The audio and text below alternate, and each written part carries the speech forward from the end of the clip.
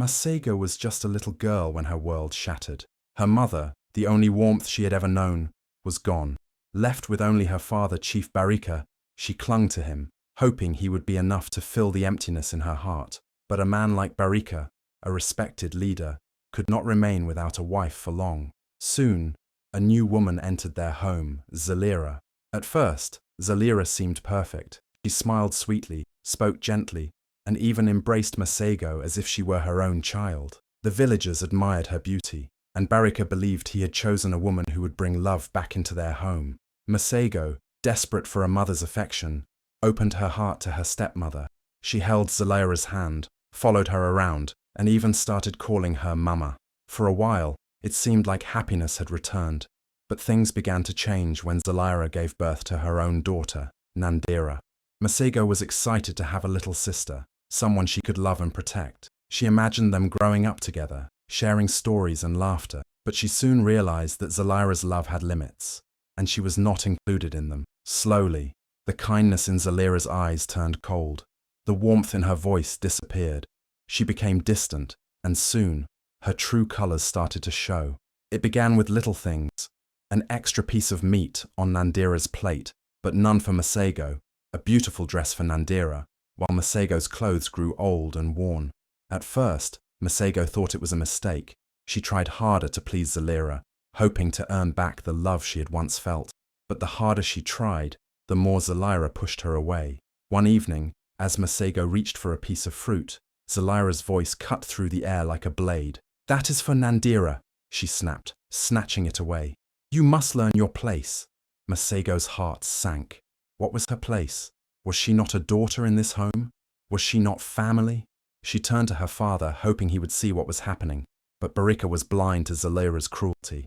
She was careful, always ensuring that her wickedness was hidden behind closed doors. To the outside world, she remained the perfect wife and mother. As the years passed, Masego's world grew colder.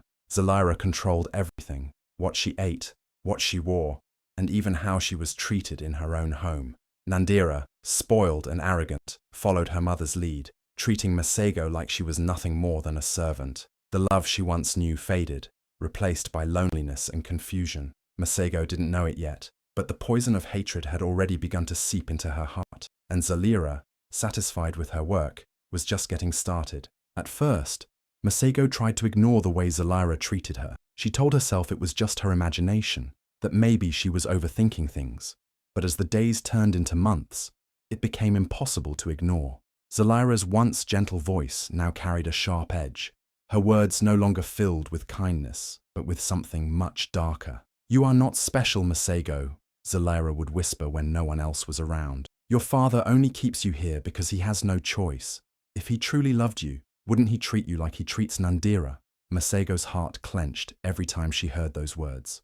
At first, she wanted to fight back, to believe that her father loved her just as much, but doubt started creeping in. She saw the way Barika laughed with Nandira, the way he lifted her in his arms and called her his little princess. He never did that with Masego anymore. Zalira's words played over and over in her mind, and soon they started to feel like the truth. Zalira didn't stop there. She made sure Masego knew her place. She forced her to do the hardest chores, scrubbing the floors until her hands bled, while Nandira sat comfortably, watching. When Masego dared to complain, Zalira's voice would turn ice cold. "You should be grateful," she would sneer. "At least you have a home. If it weren't for me, who knows where you'd be?" Masego swallowed her pain, forcing herself to believe that maybe Zalira was right. Maybe she wasn't good enough. Maybe she didn't deserve love. Slowly, her once bright spirit began to dim. But Zalira wasn't satisfied with just making Masego feel small. She wanted to turn her heart bitter. She fed her poison in small doses, disguised as advice. "The world is cruel, Masego. If you don't learn to be strong, people will walk all over you. Stop being so soft. No one cares about you." Masego, desperate for love and guidance, clung to Zalira's words. She started to change. She stopped smiling. She stopped trusting. She even started pushing away the people who once cared for her. The servants who had shown her kindness were now met with cold glares. The village children who once played with her now found her distant and withdrawn, and Zalira watched it all with satisfaction. The seed of hatred had been planted, and soon it would take root so deeply that Masego wouldn't even remember who she used to be. Masego wanted to believe that her father still loved her. She wanted to believe that he saw her, that he noticed the pain in her eyes. But every time she looked at him, he was laughing with Nandira, lifting her into the air, calling her his little jewel. Masego couldn't remember the last time he had held her like that, and every time she saw it, Zalira's words echoed in her mind. Your father has already chosen who he loves more, Zalira would whisper, with a sly smile. You are just a shadow in this house. Masego tried to ignore those words, but they wouldn't leave her. She watched as her father showered Nandira with gifts, beautiful fabrics, golden bangles, sweet fruits from the market. But when she reached for something, Zalira's sharp voice would stop her. That is not for you, and Baraka said nothing. He never questioned why Masego always ate last, why her clothes were worn while Nandira's shimmered like the sun. He didn't see the way Zalira's kindness was just a mask, hiding the cruelty beneath. Zalira was clever.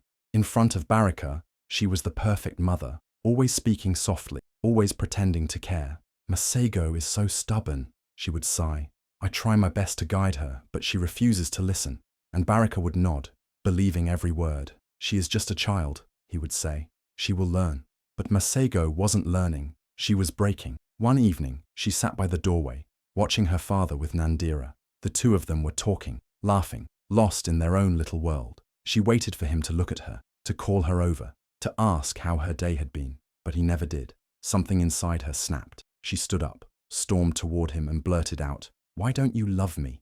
The laughter stopped. Baraka turned to her, surprised, as if seeing her for the first time. "What are you talking about, Masego?" Tears burned in her eyes. "You only care about Nandira. You never see me. You never—" Before she could finish, Zalira stepped in. "Masego," she scolded, shaking her head. "How dare you speak to your father like that?"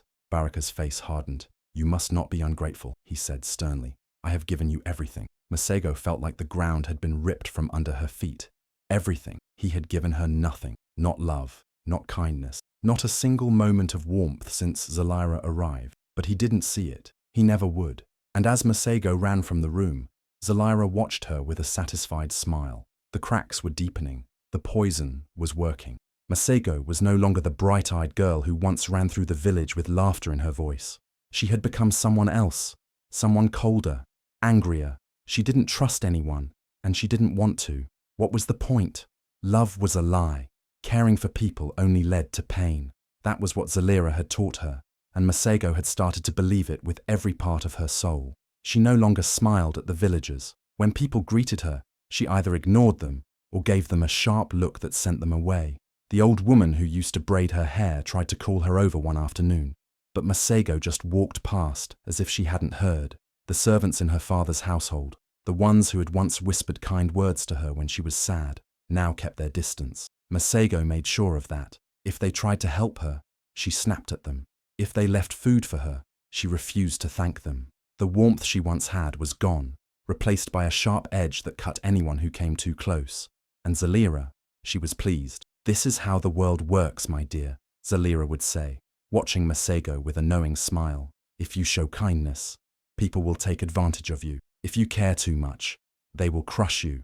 Masego absorbed every word. If her father had truly loved her, he would have seen her suffering. But he didn't. If the world was fair, she wouldn't feel this emptiness inside her chest.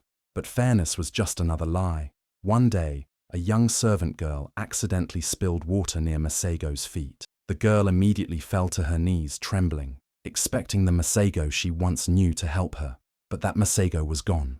"Are you blind?" Masego snapped, her voice cold. "Do you think I should clean up your mess?"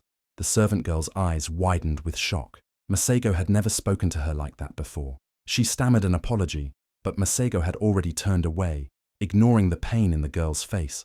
Zalira watched from a distance, nodding in approval. "You are learning, my child," she whispered later that night. "The only way to survive is to be stronger than everyone else."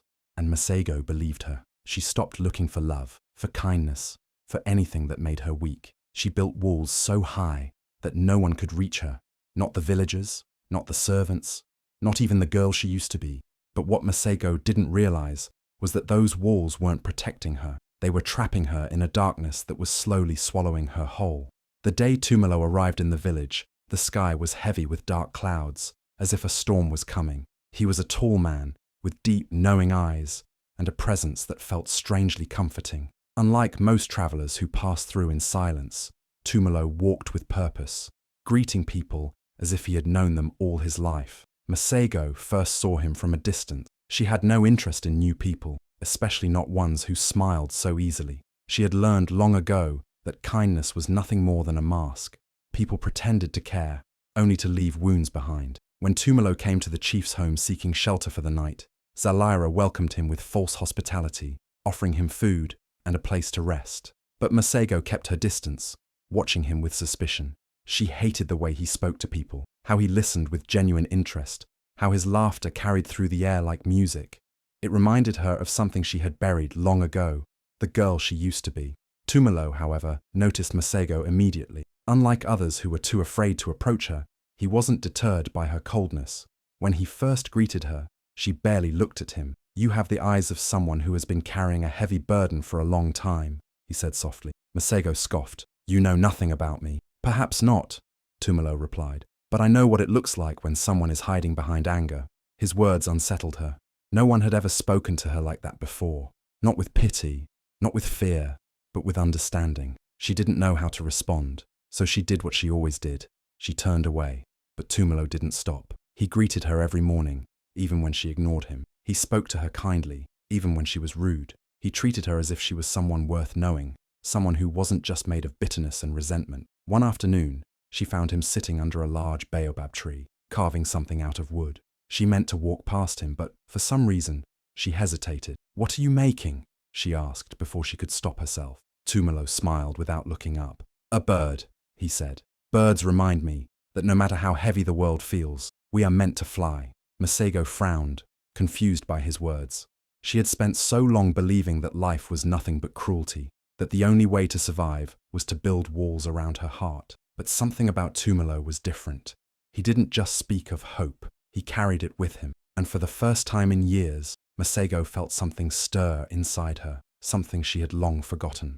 Masego found herself drawn to Tumalo in a way she couldn't explain. She still held on to her coldness, still kept her walls up, but something about him unsettled her. He didn't force his way into her world, he simply existed in it, showing her a different way to live without demanding that she follow. She began to observe him when she thought no one was watching. She saw the way he spoke to the village children, laughing as he told them stories of faraway lands. She noticed how he helped the elderly carry heavy loads, how he treated the servants in her father's household with respect instead of entitlement. Even the animals seemed to trust him, following him as if they sensed his gentle spirit. Masego had never known a man like this. The world Zalaira had painted for her was one of cruelty and betrayal. But Tumalo, he was proof that kindness could be real, that love didn't always come with pain. One evening, as the sun dipped behind the trees, Masego found herself standing near Tumalo once again. He was tending to a wounded bird, his hands careful and patient. She had seen him do this before,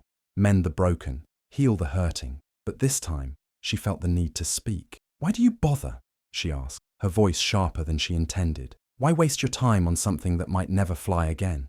Tumalo looked up at her, his warm gaze meeting her cold one. "Because everything deserves a chance to heal," he said simply, "even the ones who believe they don't." His words sent a shiver through her. She wanted to push them away, to cling to the anger that had been her shield for so long. But a part of her, a part she had long buried, whispered that maybe, just maybe, she didn't have to live like this forever. As the days passed, she started to question everything. Was Zalaira right about the world? Was love truly a weakness? If it was, then why did Tumalo seem so strong? One afternoon, she saw a young servant girl drop a basket of fruit, fear flashing in her eyes as she scrambled to pick it up. Normally, Masego would have walked away, unmoved, but this time she hesitated. Without thinking, she bent down and helped gather the scattered fruit. The servant girl looked at her in shock, as if she couldn't believe what was happening. Masego felt something shift inside her, a crack in the walls she had built, a tiny light in the darkness she had lived in for so long. She didn't say anything, didn't acknowledge what she had done, but as she walked away, she could feel Tumalo watching her, a knowing smile on his face. For the first time in years, Masego wasn't sure who she was anymore, and for the first time, that thought didn't scare her, it gave her hope. Zalira watched Masego with growing frustration as her daughter's heart slowly started to thaw. Every day she saw the change, Masego's icy demeanor softening, the walls she had built around her heart beginning to crumble. It was all Tumelo's doing. That stranger had turned her world upside down, making her question everything Zalira had worked so hard to instill in her. And Zalira wasn't about to let that happen. Desperation crept into her every move. She knew she had to act fast before she lost Masego for good. Every night, as the darkness settled over the house, Zalira's mind raced with ideas. How could she drive Tumelo away? How could she keep Masego under her thumb? One evening, as Masego sat by the fire, Tumelo beside her, Zalira approached with a false sweetness in her voice. "Masego," she began, "I need to warn you about Tumelo. He's not what he seems." Masego barely looked up from the fire, her gaze distant, but Zalira pushed on. "He's using you, child. He's not here for your well-being. He'll leave you broken, just like everyone else. He sees you as nothing more than a way to pass the time. He doesn't love you." Masego's heart tightened at the words. She wanted to believe Tumelo. She wanted to believe that kindness and love were real, but Zalira's voice was a poison, filling her ears with doubt. She had heard it all before, that people could only hurt you, that no one cared. Still, a part of her refused to listen. "I don't believe you," Masego said quietly, the words slipping out before she could stop them. Zalira's face twisted in anger. She had underestimated Masego's resolve. The girl wasn't listening to her anymore, and that was dangerous. Desperation bubbled inside Zalira, and she knew that if she didn't act fast, Tumelo would steal Masego's heart forever. That night, Zalira made a plan. She sent word to a few villagers who had long held grudges against Tumelo, whispering rumors of theft and dishonor. She told them that Tumelo had stolen food from the village's storehouse. She planted false evidence, making sure it was convincing enough to stir suspicion. It was a lie, but Zalira didn't care. The next day, Tumelo was arrested. He stood before Chief Barika, confused and frightened. Masego's heart sank as she watched him being dragged away, but she refused to believe it. Tumelo wasn't capable of stealing, but the villagers were angry, and they demanded justice. Zalira stood in the background, watching with cold satisfaction as Masego's world started to crumble. She knew that once Tumelo was out of the picture, Masego would have no choice but to return to her side, to listen to her again. But what Zalira didn't know was that Masego wasn't the same girl she had been. Tumelo's influence had awakened something inside her, a strength she didn't even know she had, and Masego wasn't about to let Zalira win. The day of Tumelo's trial arrived, and the air in the village square was thick with tension. Masego's heart raced as she stood in the crowd, her eyes locked on Tumelo, who stood accused of a crime he didn't commit. His face was calm, but Masego could see the pain in his eyes. She knew deep down that he hadn't stolen anything, but the villagers had already made up their minds. They saw the evidence, heard the rumors, and now they wanted justice. Masego's stomach churned as Zalira stood proudly beside Chief Barika, wearing a look of feigned innocence. Her stepmother's eyes gleamed with satisfaction, watching Tumelo's fate unfold before her. It was clear she believed victory was within her grasp, but she had no idea what was about to happen. Just as the chief raised his hand to call for the final judgment, a voice rang out from the back of the crowd. It was Mavuto, the loyal servant who had worked in the household for many years. His voice trembled, but there was no mistaking the urgency in his words. "Wait, I have something to say," Mavuto shouted, pushing his way through the crowd. Everyone turned to look, murmurs rippling through the gathered villagers. Mavuto had always been quiet and loyal, but today his eyes were filled with something different, determination. "I was there," he began, his voice shaking. "I saw it all. It was Zalira who planted the evidence against Tumelo. She's the one who spread the lies about him. She's the one who set him up." The words hit like a thunderclap. Masego's breath caught in her throat. She couldn't believe what she was hearing. She turned to look at Zalira, who was now visibly paling, her confident smile slipping away. "You lie!" Zalira screamed, but the fear in her voice was evident. "You're trying to ruin everything." But Mavuto stood his ground. "I'm not lying. I saw you, Zalira. I heard you tell your servants to plant the evidence. You've been poisoning Masego's mind and trying to get rid of Tumelo all along." Chief Barika, who had been silent up until that moment, looked at Mavuto in shock. His face drained of color as the truth of his wife's cruelty sank in. He turned slowly to Zalira, his eyes filled with disbelief and anger.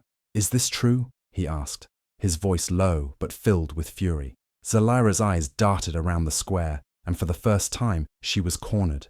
The lies she had built her world on were crumbling before her eyes. She opened her mouth to speak, but no words came. Masego stepped forward, her voice steady but filled with a newfound strength. "No more lies, Zalira. No more hatred. You've twisted my heart for too long, but I won't let you destroy anyone else."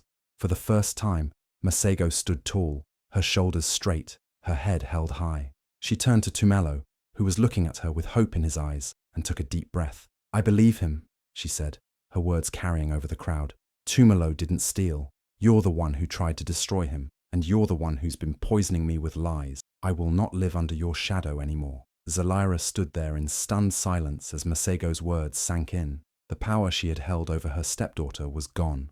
Masego was no longer the broken, confused girl she had manipulated. She was strong, she was free, and with that, the truth had been revealed, and the darkness that Zalira had cast over Masego's life was finally lifted. The crowd erupted in whispers and murmurs as Zalira was dragged away, her reign of cruelty coming to an end. Masego turned to Tumelo, her heart full of gratitude and something deeper, love. The future had never felt so bright. Zalira's world came crashing down in an instant.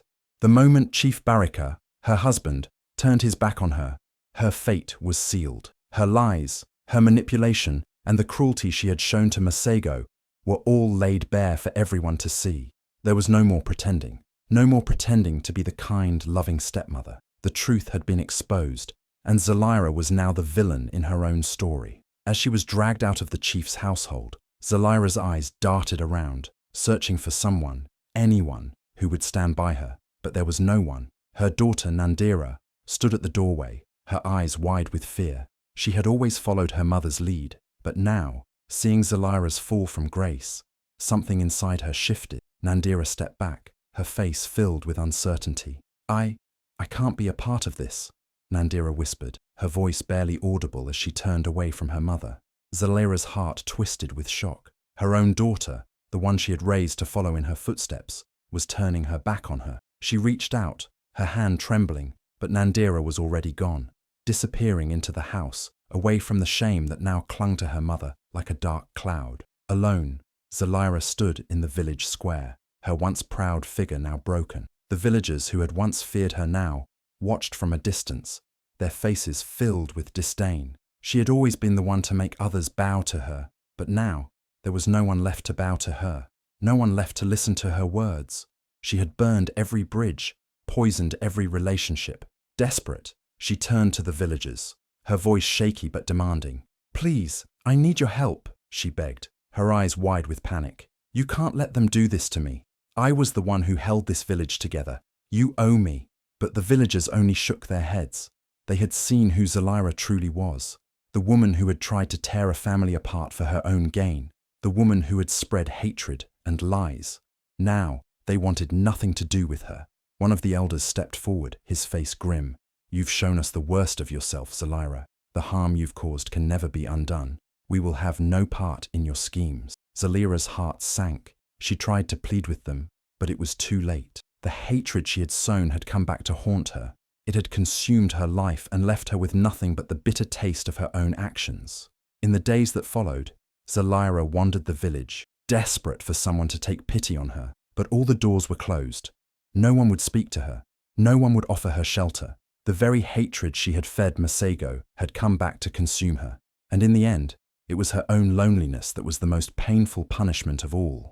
Zalira realized, too late, that the poison she had poured into Masego's heart had destroyed not only the girl, but herself as well. Now, with nothing left but the ghosts of her own wickedness, Zalira was forced to face the consequences of her own cruelty, abandoned and forgotten by all. Masego and Tumelo, hand in hand, walked away from the village that had been the source of so much pain for her. It was a quiet departure, the kind of exit that didn't need words, only the peace that came with finally being free. Masego had lived a life bound by hatred, manipulation, and lies, but now she was choosing to rewrite her story. Tumelo, the stranger who had taught her the true meaning of love, was by her side, and together they were leaving behind the shadows of her past. As they journeyed together, Masego began to understand something profound. Love was far stronger than the hatred that had poisoned her heart for so long. It wasn't about power, control, or winning over others. True happiness, she realized, came from within. It came from letting go of the bitterness that had once defined her life and embracing the warmth of kindness, respect, and trust. Tumalo's gentle presence showed her that there was a better way to live, a life that didn't revolve around cruelty or manipulation. For the first time in years, Masego felt free, free to be herself, free to love, and free to follow her heart. She looked at Tumalo, her eyes full of gratitude and joy. He had shown her that love wasn't just a feeling, it was a choice, a force that could heal even the deepest wounds. Together, they made their way to a new land, a place where Masego could start over, away from the darkness of her past. Back in the village, Zalaira's fate was sealed. She had lost everything, her family, her power, and her place in the community. The very hatred she had cultivated for years had turned against her. The villagers no longer feared her, they pitied her. In her desperation, Zalaira wandered through the empty streets, calling out for help, but there was no one left to answer. Her once commanding presence had faded, leaving only the echoes of a woman who had been consumed by her own cruelty. As time passed, Zalaira's loneliness grew, and with it, the emptiness in her heart. She had spent so much of her life trying to destroy others that she had forgotten how to care for herself, how to love. Now, all that remained was the silence of a life spent in bitterness, the very same silence she had forced upon Masego for so many years. Alone and abandoned, Zalaira finally realized the painful truth. The hatred she had sown had not only torn apart the lives of others, but had also destroyed her own. Masego, on the other hand, was thriving. With Tumalo by her side, she had found the love and peace she had always longed for. As they built their new life, Masego often reflected on the lessons she had learned, the most important being that love, when given freely and without expectation, could heal the deepest scars. The darkness that had once ruled her life was now a distant memory, replaced by the light of hope, love, and a future filled with possibilities. In the end, love triumphed over hatred, and Masego's heart was finally at peace. If this story touched your heart, if you too believe that love is stronger than hate, and that forgiveness can heal the deepest wounds, then please, don't keep this journey to yourself. Share it with someone who might need a reminder that they can break free from the chains of bitterness and embrace the peace they deserve. Masego's story is a reminder to all of us that no matter how dark the past may seem, there's always a light waiting to guide us to a better tomorrow. If you believe in the power of love and transformation, show your support by liking this video, sharing it with your friends and family, and subscribing to our channel. Every click helps spread the message of hope and healing further, and together, we can inspire even more hearts to choose love over hatred. Thank you for being a part of this beautiful journey. Your support means the world to us. Stay tuned for more heartwarming stories that will leave you believing in the power of kindness, forgiveness, and the beauty of new beginnings. Don't forget to hit that subscribe button and share the love. We appreciate you.